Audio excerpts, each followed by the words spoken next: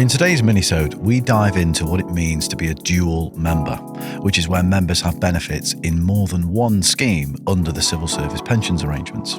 That's right. And we're joined by Kelly Freeney, Senior Training Consultant at Civil Service Pensions, to look at what being a dual member means for you and what you need to know.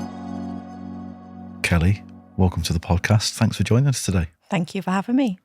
Okay, let's dive straight in. What do we mean by the phrase dual member? It's when you have benefits built up in more than one civil service pension scheme. So Classic, Classic Plus, Premium and New VOS are all schemes under the Principal Civil Service Pension Scheme, also known as the PCSPS. These are what now we refer to as the legacy schemes. And then you will have an Alpha benefit scheme. Now, Alpha is the only open pension scheme. So if you're an active member, that's the scheme you're in, unless you've opted for partnership. Now, depending on how long you've worked or did work in the civil service, we know that roughly 277,000 members have pension benefits in both the legacy scheme and the Alpha pension scheme. If this applies to you, you're what's known as a dual member.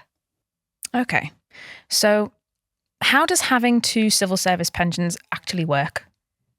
So you stop being an active member of your legacy scheme once you move into Alpha. So your benefits are still there. They're still ready for you for retirement and they are still final salary linked. So your legacy scheme benefits, whether that be Classic, Classic Plus, Premium or New VOS, are there ready for retirement. You're just now in the Alpha pension scheme. Now you can see this on the pensions portal, via your annual benefit statement, or via the civil service website as well, of where your benefits will be based upon the date that you joined the service. Now, if you have no breaks in service, those two periods of service are now linked back together. So it's a bit like then, Kelly, having a pension from a previous job that's still there, it's still waiting for you for when you retire, and then the current pension that you're currently contributing to. That's right, Rob. So you've got lots of different choices when it comes to those two pension schemes and your retirement. But yeah, you've got two pension schemes that are just working alongside each other currently. Perfect. So are there any advantages then to being in that position? So you can start claiming your pension and continuing working. Now, active members can partially retire and claim their legacy scheme pension at any time after reaching their minimum pensionable age. Now, your minimum pensionable age is based upon the date that you joined the scheme. So if you joined before the 6th of April 2006, the minimum age of pension is 50. So that would be for Classic and Classic Plus members who have joined before that date. Premium members as well, if they joined before the 6th of April 2006, their minimum pensionable age would be 50. Premium, Alpha and New VOS, after the 6th of April 2006, their minimum pensionable age is 55. Okay, so you can partially retire but just claim one of those pots as opposed to claiming them both. Yep, and leave the other one for your full retirement. Okay, any others?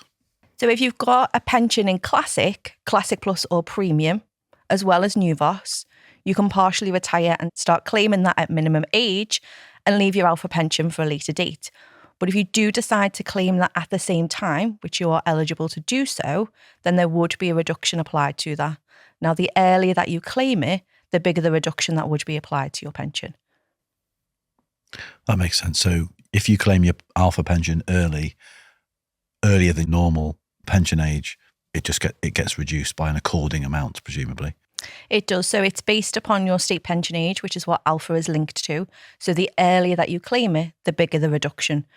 But obviously, if you're only taking your original pension scheme, so your legacy pension scheme, at partial retirement and leaving your Alpha, then that will continue to increase as you continue working. And then if you reduce it earlier, it won't be as big a reduction as when you partially retired. Oh, okay. So that's quite a big advantage, I would say. And I guess it's when we talk about that reduction, it's a reduction because it's paid to you over a longer period of time. That's correct, yeah. How does somebody find out what their normal pension age is? So your normal pensionable age is based upon the scheme that you are in. So with the scheme website, you'll be able to see on there which scheme you are in because it shows on your pensions portal, and your normal pensionable age will show on your annual benefit statement, the pensions portal and the civil service website. So then What about your state pension age? Would that be on the government website, would it? So the state pension age is reflective in your pensions portal as well as your annual benefit statement. But because the state pension age may increase in the future, then your alpha normal pensionable age may also increase. That's also on the government website as well. And we can put links to both those on the Yes. show notes, can't we? Any more advantages that you can think of, Kelly? So one of the big advantages that a lot of people don't realise is even though you've moved into the new pension scheme, which is Alpha, the original pension scheme, so the legacy schemes in Classic, Classic Plus and Premium are still final salary schemes. So that means it's still based upon your salary when you leave the civil service, not when you moved from your legacy scheme into your Alpha pension scheme. So if your salary continues to increase, then the original pension scheme benefits will also continue to increase. But because Alpha and New VOS are career average schemes, they have an inflation adjustment applied to their pension scheme each April.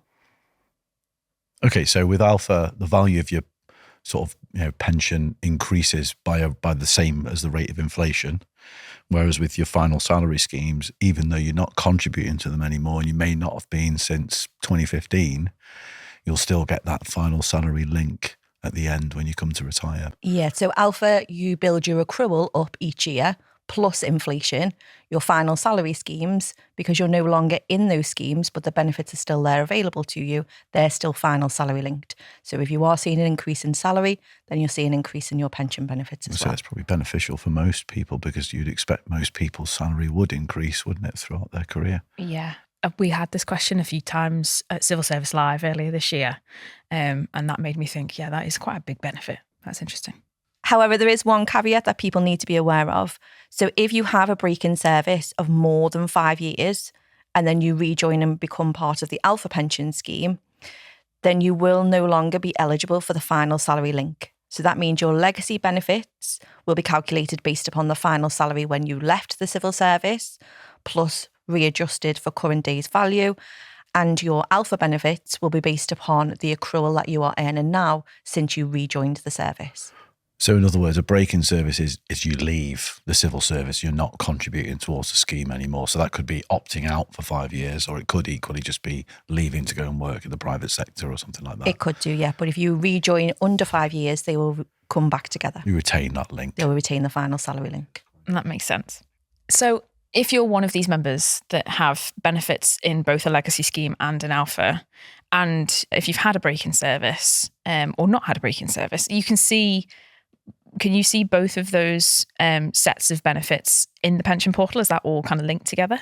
So if the break in service is more than 5 years, then they won't both currently show in the portal. Okay. Because your legacy scheme would be classed as deferred. Right. So they are increased with CPI each year in the April, and then obviously payable at retirement age from your minimum pensionable age.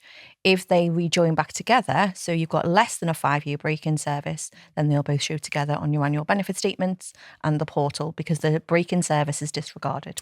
Okay, that makes sense. And I guess that's an important point for people to know as well, is that if you did have a break in service that was longer than 5 years and you can't see that previous pension in the portal, it doesn't mean it's not there. It doesn't mean that we don't know about it. It's just that it's classed as a deferred benefit, essentially. Yeah, and you just have to request a deferred statement. Okay, good to know. Great. Thanks, Kelly. So my last question for you. What if you're in this position and you're impacted by the 2015 remedy or McLeod judgment? So if you're impacted by the 2015 remedy, when you come to retire, you will be asked to make your choice of how you would like the part of your pension that was impacted by the remedy. So the 7 years between the 1st of April 2015 and the 31st of March 22. So that's what's known as the remedy period. So whether you'd like that to be in your legacy scheme, so that would be Classic, Classic Plus, Premium or New VOS, or to be in the Alpha pension scheme. So at retirement, we will give you two options, option A and option B. We will then provide the figures that go along with option A and option B. You'll then decide at your retirement which one suits you best. So you'll either keep it in option A, which is your legacy scheme, whichever one that may be, or option B, which is the Alpha pension scheme. Brilliant. Lots of information there for members who are in this position. Kelly, thank you so much for joining us today. Thank you very much for having me. To find out more about anything that we've talked about today, or to tell us what you'd like us to cover in a future episode, head to civilservicepensionscheme.org.uk/podcast. You can also find links to information, transcripts, and accessible versions of this podcast in the episode description. Make sure to follow so you never miss an episode. And if you're listening on Spotify, you can also share feedback through the in-app poll. Otherwise, please do leave us a review wherever you get your podcasts. This Minisode was recorded in July 2024. All information is accurate at the time of recording. Thanks for listening.